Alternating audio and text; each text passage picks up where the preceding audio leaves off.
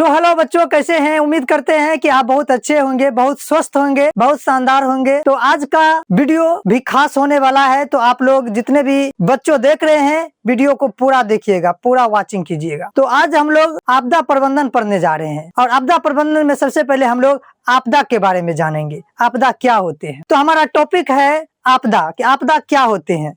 तो आपदा होते हैं ऐसी अचानक घटना होती है, अनेक लोगों को चपेट में ले लेती है, कई लोगों को बर्बाद कर देती है। ऐसी घटना को हम लोग आपदा कहेंगे, जिससे मानव ग्रस्त हो जाता हो, कई लोग एक साथ ग्रस्त हो जाता हो। ऐसी घटनाओं को हम लोग आपदा कहते हैं। चलिए हम लोग आपदा के बारे में समझते हैं डिफिनेशन के साथ। बड़े स्तर पर मानवीय भूल या प्राकृतिक के कारण होने वाली ऐसी घटनाओं, ऐसी अचानक घटना जिससे अधिक लोगों को क्षति पहुंचे, उसे आपदा कहते हैं। अब समझिए आपदा क्या होते हैं। मानवीय भूल या तो मानव की भूल के कारण होता हो या फिर प्राकृतिक के कारण होता हो, जिससे क्या है, जिससे अधिक से अधिक घटना हो, अचानक वो घटना आती है और अधिक लोगों को ग्रस्त करती है। ऐसी घटना को हम लोग आपदा कहते हैं। जैसे आप उदाहरण के तौर पे देखिए, जैसे रेल दुर्घटना। रेल दुर्घटना, रेल दुर्घटना आप हमें बता सकते हैं कि रेल जब दुर्घटना होती है तो आप जानते हैं कई लोगों इसमें मारे जाते हैं। आगे हम लोग देखते हैं बाढ़।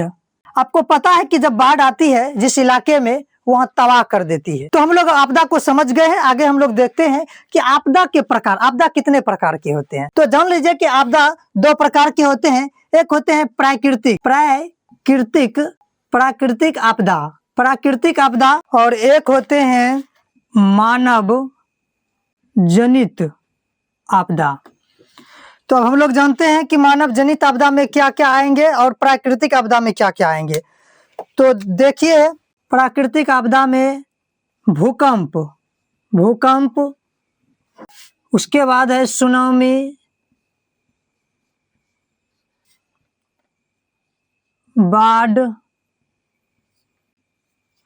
हिमस्खलन, उसके बाद है भूस्खलन।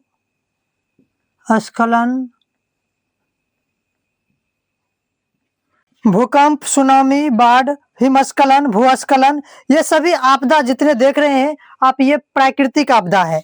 और सब भी है इत्यादि में आप रख लीजिए, इत्यादि। अब मानव जनित में हम लोग समझते हैं रेल दुर्घटना,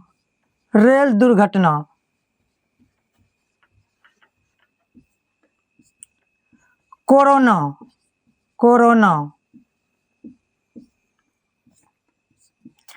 आतंक,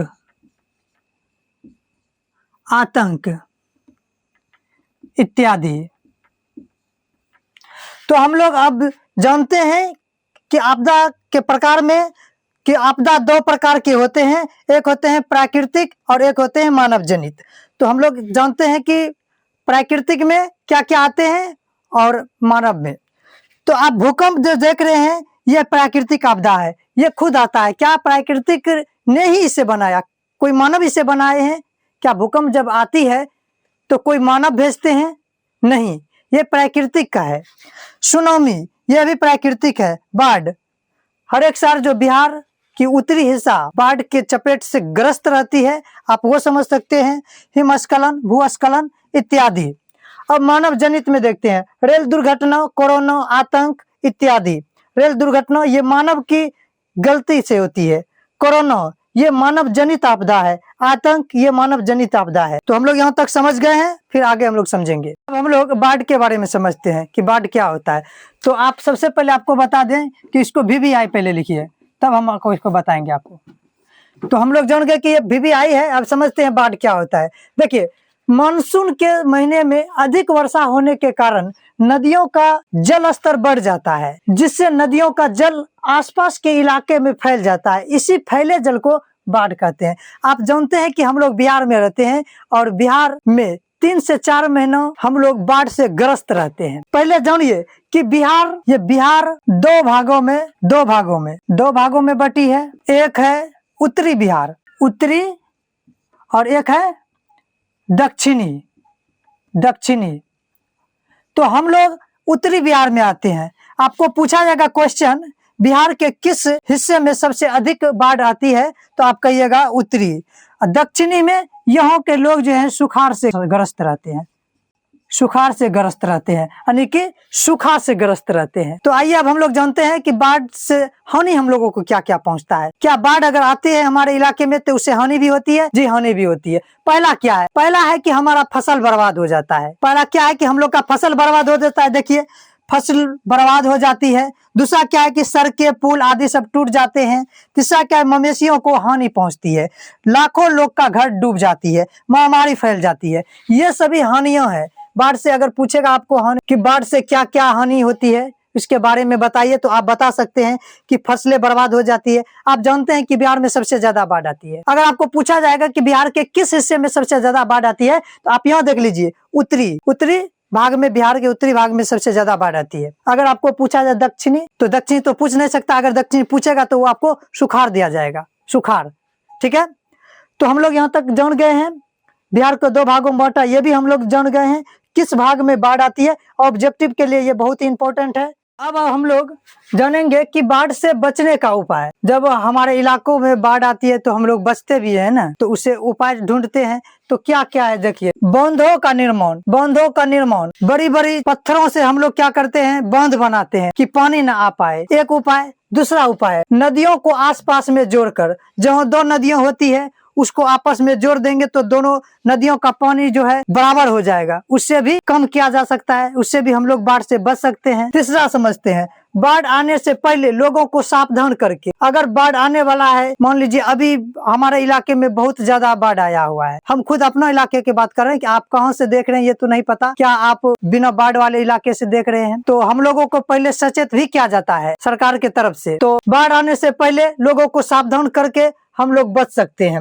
लोगों बाढ़ के समय ऊंचे स्थान पर पहुंचकर हम लोग ऊंचे स्थान पे भी जाकर बच सकते हैं। अब हम लोग जानेंगे ये क्वेश्चन, इसको भी आप भी रखिए, भी लिखिए इसको। ये क्वेश्चन कहता है कि, क्वेश्चन हम आपको बता रहे हैं, ध्यान से रखिएगा, कि बिहार में बाढ़ की स्थिति और सुखाड़ की स्थिति का वर्णन करें अपने शब्दों में। देखिए, सबसे आपको इम्पोर्टेंट हम बताने जा रहे हैं कि टीचर से ज्यादा आप अपने से बनाकर लिखने का प्रयास कीजिए। आपको हम क्वेश्चन बता दिए कि बिहार में बाढ़ की स्थिति का और सुखाड़ की स्थिति का वर्णन कीजिए। यह इम्पोर्टेंट क्वेश्चन है। हम आपको जो बताए हैं वो भी लिखना है, लेकिन आपको लगता है कि हम अपने माइंड से लिख सकते हैं तो वो भी, क्योंकि आप क्वेश्चन में पढ़े होंगे, वहाँ पे लिखा हुआ रहता है कि यथासंभव, विद्यार्थी यथासंभव अपने शब्दों में ही उत्तर दे। तो हम लोग जानते हैं कि बाढ़ की स्थिति और सुखाड़ की स्थिति, आपको बताए थे कि बिहार की जो दक्षिणी इलाका है वहाँ पे सुखाड़ की बहुत ही स्थिति खराब होती है, वहाँ वर्षा की कमी कम होती है, जहाँ से वहाँ के लोगों को बहुत ही दिक्कत का सामना करना पड़ता है। तो आइए हम लोग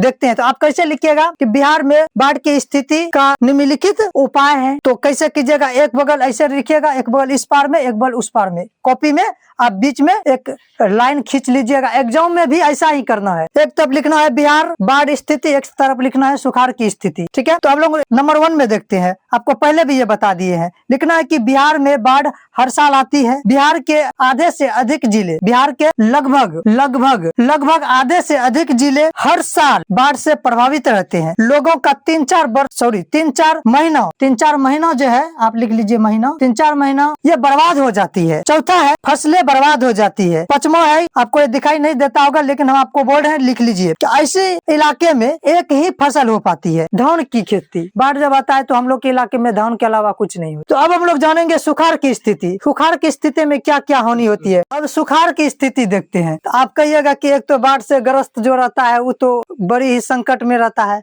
अब जो सूखा में भी रहता है, जहाँ पानी कम आती है, जहाँ आती ही नहीं है, जहाँ वर्षा होती ही नहीं है, कम मात्रा में होती है, तो वहाँ क्या हानि होती है। तो देखिए वहाँ क्या होती है, फसलों को हानि होती है। अगर वर्षा नहीं होगी तो वहाँ पैदावार कम होगी, तो हानि हुआ ना। मवेशियों को भी इसमें हानि होती है, मवेशियों को नहीं होगा। महंगाई बढ़ जाएगी, फसल अगर कम होगी, उपज कम होगी किसानों को, तो महंगाई तो भाई बढ़ेगा। चौथा है कि किसानों को आय की कमी होगी, आय की कमी तो होगी। जब उपज ही कम होगा तो रुपया तो कम आएगा ही ना, यही तो हमारा आय। तो हम लोग यहाँ तक भी अब समझ गए हैं। अब आगे हम लोग समझेंगे कि देखिए, अब अगले टॉपिक पे चलते हैं। अगला टॉपिक हमारा है ऑब्जेक्टिव है, ऑब्जेक्टिव। तो आप इसको याद कर लीजिएगा। पहला ऑब्जेक्टिव हमारा है कि सबसे विनाशकारी बाढ़ कब आया था। आप जानते हैं कि 2008 में जो बाढ़ आई थी वो सबसे विनाशकारी थी, सबसे ज्यादा बाढ़ आई थी उस साल, शायद आप लोग का जन्म हुआ भी नहीं होगा, 2008 में।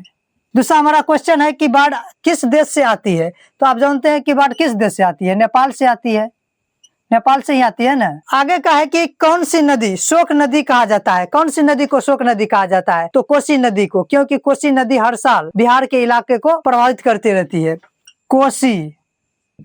आगे है कि बिहार के किस इलाके में सबसे अधिक वर्षा होती है, सबसे अधिक किस इलाके में बाढ़ आती है, तो आप जानते हैं कि उत्तरी, कहाँ की उत्तरी, मतलब बिहार, बिहार के उत्तरी इलाके में सबसे ज्यादा बाढ़ आती है। आगे की बाढ़ आने का क्या कारण है, क्या कारण हो सकता है, तो क्या है कि नदियों में, नदियों का जल स्तर बढ़ जाता है, बढ़ जाता है।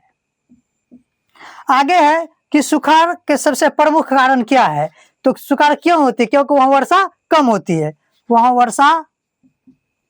वर्षा की कमी, वर्षा में कमी होती है। आगे है कि सुखाड़ कैसी आपदा है, यह है प्राकृतिक